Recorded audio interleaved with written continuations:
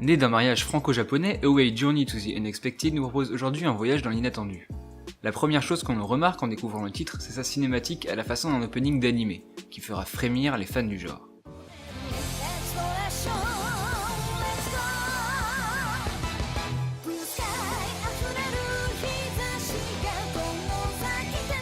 Avec une musique léchée et une animation sympathique, le jeu a du quoi nous faire de belles promesses. Vient ensuite le temps de débarrer une partie, on y découvre alors un interface assez enfantin qui nous en dit long pour la suite. Puis on se retrouve plongé dans le jeu. Away Journey to the Unexpected est un jeu d'aventure aux mécaniques de roguelite et de négociation. Le but du jeu étant ici de parcourir le monde à la recherche de nos parents partis travailler, ainsi que de sauver le village d'une menace aux allures chimiques. Le soft nous arme d'un bâton et c'est tout. L'intérêt ici n'est pas de combattre seul mais en équipe, vous devrez alors recruter divers personnages disséminés aux quatre coins des différents biomes du jeu, au cours de négociations parfois hasardeuses, malgré un humour prononcé. Malgré cela, une fois les personnes convaincues de vous suivre, celle-ci disparaîtra pour ne jamais revenir, je parle évidemment de la mécanique, nous prévoyons alors d'une partie du jeu.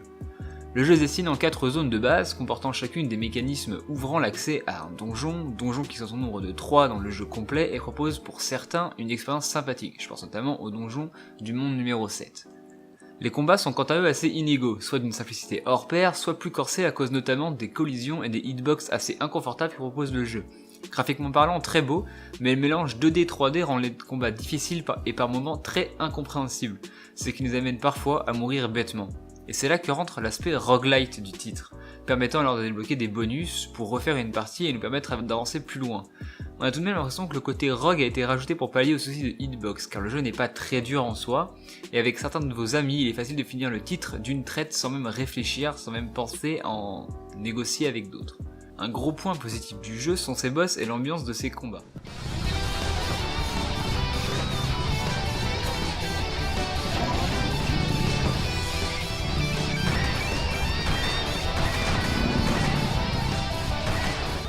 Certes pas toujours très durs, ils sauront vous amuser et certains vous donneront un peu de fil à retordre. Mention spéciale au boss de fin qui est un peu particulier. Le soft se finit d'ailleurs assez rapidement, comptez 4 heures environ pour le 100% symbolique et à peu près 3 heures pour finir la trame narrative. Actuellement le titre est une bonne expérience à très court terme, mais le manque de diversité dans les combats, la facilité due à certains amis, le vide présent entre les donjons et la rejouabilité inexistante me force à lui attribuer la note de 5. Ses grandes forces, notamment visuelles et musicales, rattrapent les lacunes dites précédemment. Je vous recommande donc d'attendre certaines soldes pour vous le procurer si la curiosité de vous plonger dans ce monde se faire sentir. Dans le cas contraire, attendons et espérons de potentielles mises à jour de contenu qui rendront le titre un peu plus attrayant.